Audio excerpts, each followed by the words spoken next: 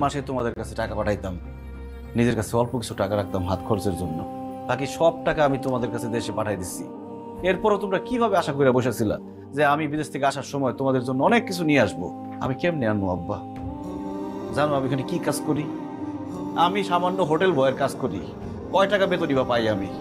কি পরিমাণ স্যাক্রিফাইস করে প্রবাসীরা বিদেশে থাকে তার কোনো ধারণা আছে তোমাদের? কত কষ্ট করে টাকা কামাই করতে হয় বুঝো কিছু? তারপরে তো আমি যা পারছি তোমাদের জন্য আনছি, আমার সাধ্যে যা কুলাইছে তাই আমি তোমাদের জন্য আনছি। কিন্তু তোমাদের মন ভরে নাই, তোমাদের আরো চাই। তোমরা তো এখানে তাজা তাজা খাবার খাও, আমরা এখানে কি খাই জানো? সপ্তাহে একদিন রান্না করি, ওই খাবার গরম করে করে খাই, ফ্রিজে থাকে, ফ্রিজের খাবার খাই আমরা। খরচ কমানোর লেগে যা যা করা লাগে সেটা করি আমরা। সারাদিন কাজ করে আসার পরে রাত্রেবেলা রান্না করতে ইচ্ছা করে না, একা একা থাকা তো অনেক কষ্টের আব্বা। তোমরা তো এখানে খাও না খাও, ভালো খাও খারাপ খাও, সবাই একসাথে আসছো, একসাথে একজন আরেকজনে দেখতেছো, কিন্তু আমরা তো কাউকে দেখতেও পারি না। নিজেদের দুঃখ কষ্ট লুকায়া হাসি মুখে ভিডিও করে তোমাদের সাথে কথা বলি।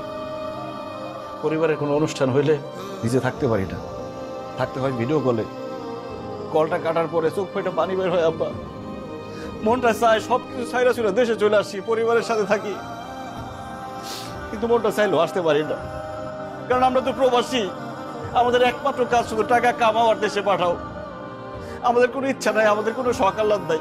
আমাদের চিন্তা করতে হয় দামি দামি গিফট কিনতে হবে, সবাইকে খুশি করার জন্য জিনিসপত্র কিনা দেশে ফিরতে হইব, তাহলে তো কেউ আমাদের ভালোবাসবো না, খুশি হইব না দেশে ফিরলে। তাই ওই দিন ঈদের বসে বলে ফেলছিলাম সুটকেসে অনেক কিছু আছে। সবাই তো ভাবছে সুটকেস ভরা মানে স্বর্ণ ডলার, সবার আগ্রহ এই সুটকেস নিয়ে। আমার নিয়ে কারোর মধ্যে কোনো আগ্রহ আমি দেখি নাই।